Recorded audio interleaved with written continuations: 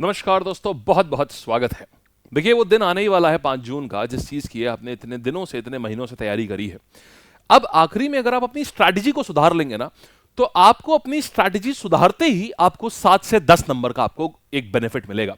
यहां अब जो मैं पेपर पैटर्न को अटेम्प्ट करने की जो रणनीति बताने जा रहा हूं, आप इसको बिल्कुल शब्दशः उतार लीजिए। और ये भी मैं बता दूं, इसी को आप क्या करिएगा, आप अपने मॉक में भी करके देखिएगा। आप मॉक में करेंगे, कम से कम एक इसको उतारते ही आप मॉक में अपने 5 से 8 नंबर और 10 नंबर का इंक्रीज पाएंगे। तो इस वीडियो में हम पूरी ये बात करेंगे कि पेपर अटेम्प्ट करने की क्या रणनीति होगी आपकी, जो 5 जून से आपके एनटीपीसी शुरू हो रहे हैं, और किन क्वेश्चन को स्किप करना है, किन को हमें करना है, ये पूरी बात हम देखेंगे इस वीडियो को। ठीक है, देखिए आइए शुरू करते हैं। और जो भी लोग नए हैं इस चैनल पे ना, चैनल सब्सक्राइब कर लेना। बहुत जरूरी चीजें हैं जो अभी से लेके एग्जाम तक, बहुत इंपॉर्टेंट चीजें ऑलमोस्ट हर दिन समझ लो। एक बहुत ही कारगर वीडियो जो है ये ऑलमोस्ट हर दिन आएगा। ठीक है, चलो देखो, सबसे पहले देखो पेपर का आपका पैटर्न कैसा रहने वाला है। आपके 100 प्रश्न होंगे, जिसमें 30 सवाल रीजनिंग के मिलेंगे, 30 एप्टीट्यूड के होंगे और 40 आपके जनरल अवेयरनेस से होंगे। यानी यहां जनरल अवेयरनेस का पार्ट जो है ये सबसे ज्यादा महत्वपूर्ण रहने वाला है। हर सवाल आपका 1 नंबर का होगा और तकरीबन 1.5 घंटे का, तकरीबन क्या पूरा 1.5 घंटे का आपका समय होगा। अब देखिए, सबसे पहली चीज आपको जो ध्यान रखनी है, इसीलिए लिखा है अटेंशन प्लीज। अगर मान लीजिए आपके सवाल में लिखा हुआ हो कि सबसे पहला सवाल हो कि युगांडा के राष्ट्रपति के बाद अगला ही सवाल आ जाए कि ये बताइए एक ट्रायंगल का आपको क्षेत्रफल, माने ट्रायंगल का एरिया अगर आपको निकालने को दे दिया जाए, और ट्रायंगल का एरिया निकालने के बाद अगला सवाल ये हो कि एक रीजनिंग का सवाल हो जिसमें 2 लोग आपस में, ये 5-6 लोग बैठे हुए हैं, बिल्कुल पंक्तियों में बैठे हैं, एक नॉर्थ देख रहा है, एक साउथ देख रहा है, तो हैरान मत होइएगा। माने यहां पर जब आप ये पेपर लगाएंगे ना, तो इसमें आपको, जब आप ये पेपर करेंगे ना, तो आपको एक जैसे सवाल नहीं दिखेंगे, क्योंकि यहां पर अभी तक जो एनटीपीसी के प्रश्न आते हैं ना, ये ध्यान रखिएगा, ये एनटीपीसी का जो एग्जाम है, अगर क्योंकि जो लोग पहली बार देने जा रहे हैं उनके लिए बहुत खास बात है, यहां पर इस बात का ध्यान रखिएगा कि सेक्शन वाइज नहीं आते हैं, यहां रैंडमली यहां पर आपके प्रश्न आते हैं। माने आपके होंगे तो 40 प्रश्न, लेकिन ऐसा नहीं होगा कि पहला सवाल, दूसरा सवाल, तीसरा सवाल, चौथा सवाल, ऐसे करके पहले 40 प्रश्न जीए के हैं, फिर 30 सवाल रीजनिंग के हैं, फिर 30 मैथ्स के हैं। आप अगर पहली बार पेपर देने जा रहे हैं तो आप चौंक जाएंगे ये देख करके, अरे ये क्या हुआ, एकदम से युगांडा के राष्ट्रपति के बाद एकदम से हमसे कहां कैल्शियम सल्फेट का फॉर्मूला पूछ लिया गया। तो इस चीज का ध्यान रखिएगा। अच्छा, या हमसे पता नहीं कहां हमसे ट्रायंगल का हमको एरिया या फिर मेंसुरेशन का सवाल दे दिया गया, तो ये चीज ध्यान रखिएगा, बात नंबर 1। अच्छा, अब बात आती है कि पेपर अटेम्प्ट करने की रणनीति क्या रहेगी। ये तो हम समझ गए कि हम सेक्शन वाइज नहीं जा सकते, तो पेपर अटेम्प्ट करने की रणनीति क्या रहेगी। और ये भी बता दें, अगर मान लो आप अगर ऐसे अटेम्प्ट करते हो कि पहले मैं पूरे पेपर की मैथ्स अटेम्प्ट करूंगा, फिर पूरे पेपर की रीजनिंग अटेम्प्ट करूंगा, फिर जीएस अटेम्प्ट करूंगा, ऐसे लोगों के लिए यहां हमने एक सेक्शनल टाइम लिमिट रखी हुई है। हालांकि यहां सेक्शन होंगे नहीं, लेकिन कई बच्चे हमने देखा है कैसे अटेम्प्ट करते हैं कि पहले पूरी मैथ्स कर ली, फिर पूरी रीजनिंग कर ली।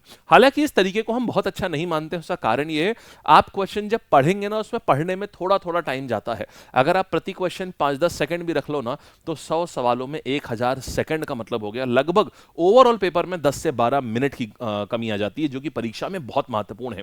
फिर भी अगर आप उन लोगों में से हैं जो इसमें कंफर्टेबल हैं, तो ये अपना क्रम रखिएगा। एस्टिमेटेड टाइम आपका ये होना चाहिए कि मैथ पहले 35 मिनट में पूरी कर ली, फिर रीजनिंग कर ली 35 मिनट में, फिर जीएस कर ली 20 मिनट में। ध्यान रखिएगा, मैथ और रीजनिंग को हम स्टार्टिंग में करते हैं। कारण ये होता है कि जब हम मैथ या रीजनिंग को हम अंत में करते हैं, तो हमारे दिमाग पे प्रेशर बहुत ज्यादा आ जाता है, क्योंकि इस और प्रेशर के कारण हम कैलकुलेशन मिस्टेक कर देते हैं। ये सबसे बड़ी गलती होती है। तो अगर आप क्रम अनुसार करते हैं कि आप पहले एक सब्जेक्ट करना प्रेफर करते हैं, तो रीजनिंग प्रेफर करिएगा।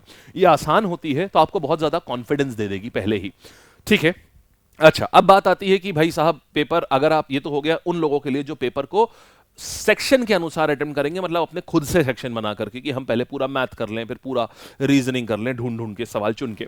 अब बात आती है जो लोग रैंडमली करते हैं, मतलब जो 1 2 3 4 के आधार पर करते हैं, वही इसमें करने का सही तरीका भी है। उसमें क्या होगा, और ये भी बता दें, इस बार पेपर हो सकता है कि पेपर के पैटर्न में बदलाव भी हो जाए, हो सकता है सेक्शन वाइज आ जाए। अगर पेपर सेक्शन वाइज आया तो आप ये पैटर्न फॉलो करिएगा, टाइम का डिस्ट्रीब्यूशन इस तरीके से फॉलो करिएगा, ये बिल्कुल आइडियल टाइम का डिस्ट्रीब्यूशन है। अगर पेपर रैंडम नहीं आया, सेक्शन वाइज आया, तो आप ये करेंगे। हालांकि एनटीपीसी का पेपर रैंडम आता है। अब देखिएगा, अगर रैंडम आता है तो आपको 3 गो में पेपर को सॉल्व करना है। ध्यान रखिएगा, द रूल ऑफ 3 गोज। अगर आपने ये तीन जी का रूल याद रखा ना, 3 गो का रूल याद रखा, तो आपका पेपर एकदम बेहतरीन लेवल पे होगा। आपके नेगेटिव मार्किंग बहुत कम होगी, आपसे सिली मिस्टेक बहुत कम होंगी। अगर आपकी ये प्रॉब्लम होती है ना कि एग्जाम में तो नहीं होता, बाद में सवाल हो जाता है, तो भी आप इस डर से भी आपको निजात मिल जाएगा। ये 3 गो क्या है इसके बारे में अब हम यहां बताते हैं। सबसे पहले फर्स्ट गो में जो आप पेपर करेंगे वो ऐसा पेपर होगा जो कि आप 10 से 12 सेकंड के अंदर अंदर आप कर ले जाएंगे। पहला पेपर जो होगा वो 10 से 12 सेकंड में, मतलब आप हर वो क्वेश्चन जो आप 10-12 सेकंड में आप आंसर कर सकते हैं, आप उसको कर लोगे मैक्सिमम 10-12 सेकंड। फॉर एग्जांपल ऐसे क्वेश्चन कौन से होते हैं? सिटर्स होते हैं। जैसे कई बार आपको इसमें ऐसे भी सवाल मिल जाएंगे, कॉट थीटा की वैल्यू दी हुई है, आपसे मान लीजिए कोसिकेंट थीटा पूछ लिया, ऐसे भी मिलेंगे, कोई बड़ी बात नहीं है। ये सिटर्स होते हैं। पूरे पेपर में अगर आप देखोगे तो आपको 20 से 22 सिटर्स मिलेंगे। इसी प्रकार से आपको जीएस में आपसे डायरेक्ट क्वेश्चन पूछ लेगा, बताओ जिप्सम का फॉर्मूला क्या है, प्लास्टर ऑफ पेरिस का फॉर्मूला क्या है। या मान लीजिए कि फाहियान जो है वो किसके कार्यकाल में आया था, ये भी बता दूं, कल यूपीएससी में भी सवाल आया हुआ है। कल का जो संडे का, इनफैक्ट आज का जो यूपीएससी का पेपर हुआ है उसमें भी यही सवाल है कि फाहियान बताओ किसके साम्राज्य में आया था। तो इस टाइप के ये सिटर्स होते हैं, वन लाइनर्स। ऐसे को फर्स्ट गो में सॉल्व करो, पूरा 1 से लेके 100 तक जाओ और जितने भी ऐसे सवाल दिख रहे हैं जो 10 से 12 सेकंड में सॉल्व हो सकते हैं, उनको सबको एक साथ निपटा दो। इससे क्या होगा, कॉन्फिडेंस एकदम आसमान के लेवल पे होगा, क्योंकि आपने अभी तक जो किया होगा वो सिटर्स सारे कर दिए होंगे। इससे ये समस्या खत्म हो जाती है कि साहब मैं उन सवालों को कैसे करूं या फिर जो बहुत आसान सवाल थे लेकिन मेरे तो रह गए साहब, हम क्या करें, बहुत आसान सवाल थे, जल्दबाजी में मैं आखिरी वाले आसान सवाल कर ही नहीं पाया, मैं पहुंच ही नहीं पाई मैं वहां तक की, वो प्रॉब्लम खत्म हो जाएगी। अब आता है, एक बार आपने फर्स्ट गो कर दिया, अब आता है सेकंड गो की बात।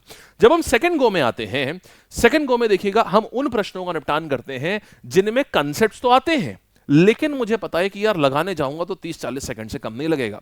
फॉर एग्जाम्पल मुझे मैथ्स के कुछ ऐसे ट्रिकी सवाल कि जहां मान लो प्रॉफिट एंड लॉस का एक लंबा सवाल है, मान लो कंपाउंड इंटरेस्ट का एक सवाल है, मुझे पूरा कंसेप्ट भी पता है कैसे होगा, सब पता है, लेकिन मुझे पता है कि यहां जो कैलकुलेशन होगी वो थोड़ी कैलकुलेटिव सवाल है, मुझे ज्यादा अंदर घुसना पड़ेगा इसमें। ऐसे सवालों को हम सेकंड रीडिंग में करते हैं, सेकंड गो बोलते हैं हम इनको। तो ये वो सवाल होते हैं जिनको हमें आता तो है लेकिन करने जाएंगे तो 40 से 50 सेकंड भी लग सकते हैं, तो ऐसे सवालों को सेकंड गो में करते हैं। फिर आता है आखिरी सेक्शन, जो ये मान के चलिए आपको फर्स्ट गो और सेकंड गो जो है ये आपको पेपर में लगभग 15 मिनट पहले तक खत्म कर लेने। अब पेपर में 10 से 15 मिनट, अब जब 10 मिनट या 15 मिनट बचे होंगे तो आपको अपना करना होता है थर्ड गो। ये ऐसे सवाल होते हैं जिनको आपको प्योरली बोनस मार्क्स मारना होता है, क्योंकि ये वो सवाल होते हैं कि जो वो कंसेप्ट्स होते हैं जो आमतौर पर आपको नहीं आते, लेकिन बहुत ध्यान से देखने पर कभी कभी ऐसा होता है कि मान लो मेरे 10 सवाल बाकी हैं, मैं उनमें से 2-3 सवाल कभी कभी ऐसा होता है कि मैं कर ले जाता हूं, ये बोनस मार्क्स आपको मानने चाहिए। ये थर्ड गो में होता है, यानी कि वही आपको प्रश्न सॉल्व, ये थर्ड राउंड में वो प्रश्न सॉल्व करने हैं जो आते ही ना हो या फिर कभी पढ़ा तो है लेकिन अभी मैंने रिवाइज नहीं किया इसलिए तुरंत मेरे दिमाग में नहीं आ रहा है, तो मुझे ज्यादा जोर देना पड़ेगा दिमाग में। ऐसे सवालों को थर्ड गो में करिए। कई बच्चे ये गलती कर देते हैं, पेपर लगाने की एक स्किल होती है, वो पहले गो में ही ऐसे सवाल करने लगेंगे, वो सीक्वेंस में 1 2 3 4 ऐसे सवाल करते हैं। वो सोचते हैं नहीं यार 5वां अगर है तो मुझे 5वें नंबर पे ही उसको करना है। ये सबसे बड़ी मूर्खता हो जाती है पेपर में, और ये आप समझ लीजिए चांसेस आपने अपने आप किल कर दिए। आपको अपने चांसेस को किल नहीं करना है, आपको अपने चांसेस ऑफ सिलेक्शन को बढ़ाना है पूरी तरीके से। बात समझे आप? अच्छा, तो ये पूरा पूरा बोनस नंबर के तौर पर थर्ड गो में आपको ये मान के चलना है कि वैसे तो नहीं आना था लेकिन जो आ गया भगवान भरोसे वाली बात है, बहुत बढ़िया हो गया भाई, बोनस नंबर मिल गए हमको। एक चीज बहुत और इंपॉर्टेंट बता दूं जो पेपर में मैंने देखा है अक्सर पिछले 8-10 साल के अपने टीचिंग करियर में मैंने ये चीज देखी है, हम पेपर में कट ऑफ प्रिडिक्ट करना शुरू कर देते हैं कि फलाने टीचर ने बोला था कि यार इस बार तो 75 से कम नहीं जाएगा, और हम सोचते हैं यार मैंने तो इतने सवाल करे हैं, मेरा तो अभी 73-74 बन रहा है, यार मुझे और सवाल करने पड़ेंगे, मुझे और ऊपर लेके जाना पड़ेगा। और उस चक्कर में आप 5-7 एक्स्ट्रा सवाल अटेम्प्ट करते हैं जो बिल्कुल गलत होते हैं आपके, और आप जो कट ऑफ क्लियर भी कर रहे होते हैं उनसे भी नीचे, आप उससे भी नीचे चले जाते हैं। आप सब क्लियर कर रहे थे लेकिन आप एग्जाम के बीच में, पेपर के बीच में आप प्रिडिक्टर बन जाते हैं। ये सबसे बड़ी गलती हो, तो ध्यान रखिएगा आप यहां पर कट ऑफ मत प्रिडिक्ट करने लगिएगा, जितना आता है उतना ही करिए। सिंपल सी बात है, क्योंकि देखिए 1/3 माइनस मार्किंग है। मैं हमेशा देखता हूं बच्चे तुक्के के चक्कर में नप जाते हैं, तुक्का मारने के चक्कर में चले जाते हैं। आप गैस मारो बट लेकिन कैलकुलेटेड गैस। जब ये है कि 4 में से 2 ऑप्शन तो हो ही नहीं सकते, अब ये 2 ऑप्शन है, इसमें से भी इस एक ऑप्शन की प्रोबेबिलिटी काफी ज्यादा है, बस तब तुक्का मारिएगा। माने कैलकुलेटेड गैस आप 1-2 तो ले सकते हैं जो कैलकुलेटेड गैस होते हैं, अन्यथा मत लीजिएगा। क्योंकि आपकी नेगेटिव मार्किंग है और वहां पर, और दूसरा आपने अगर इसको अपने तुक्का मारने वाली चीज से अगर आपने इसको ले लिया तो फिर गई भैंस पानी में। इन चीजों का ध्यान रखिए। मैं आपसे वादा करता हूं आपके नंबर, अभी आप इनफैक्ट मॉक में लगा के देखिएगा, 5 से 7 नंबर आपके बढ़ जाएंगे। ये चीज देखिएगा, बहुत इफेक्टिव तरीका होता है ये, बहुत ही कारगर तरीका होता है ये, समझे? ठीक है। और अभी मैं डेली जो मैगजीन दे रहा हूं ना टेलीग्राम चैनल पर अपने, मेरा टेलीग्राम जरूर ज्वाइन कर लेना। मैं डेली मैगजीन दे रहा हूं अपने टेलीग्राम के ऊपर, उनको पढ़ लेना। मान के चलो 8-10 सवाल तो आपको मैगजीन से मिलेंगे मिलेंगे। बहुत अच्छी मैगजीन्स होती हैं कंपाइल्ड, बहुत कारगर मैगजीन्स होती हैं ये टेलीग्राम पे ले लेना। और आज सुबह मैंने एनटीपीसी के लिए ही पिछले लगभग सितंबर अक्टूबर से 2024 से लेकर के इधर अप्रैल मई 2025 तक का करंट अफेयर्स कराया, उसको भी कर लेना। बहुत काम का वीडियो है, बहुत अच्छा वीडियो है ये, ठीक। और अब डेली धीमे धीमे देखिए, डेली 4 बजे से जो ये एनटीपीसी सीरीज होती है ना यार, इसको मिस मत करना। 4 बजे, 5 बजे जीके की, 6 बजे मैथ, 7 बजे साइंस। ये स्पेसिफिकली एनटीपीसी के लिए चल रही है। 10 दिन 10 पेपर, मोस्ट एक्सपेक्टेड चीजें जो एग्जाम में आपको यहां से चीजें रखी मिलेंगी। बहुत प्यारी क्लासेस होती हैं, इनको मत मिस करिए। तो यहां ये आपका एक फाइनल शॉट है एग्जाम के पहले का, एकदम फाइनल शॉट। इनको डेली देखिए, बिल्कुल मत मिस करिए। अगर आप पेपर देने जा रहे हैं एनटीपीसी का, ये समझ लीजिए गोल्ड है आपके लिए, ये आपको करना ही करना है ये, ठीक है बालक लोग? ये सारी बात आप समझ गए, बस आप इनको करिए और सफलता आपके कदम चूमेगी हर हाल में, ठीक। और वीडियो कैसा लगा जरूर बताइएगा नीचे कमेंट सेक्शन में, और फायदा जब हो ना तो भी नीचे आके बताना, हाँ मुझे इससे फायदा बहुत हुआ है, ये भी बताइएगा आकर के।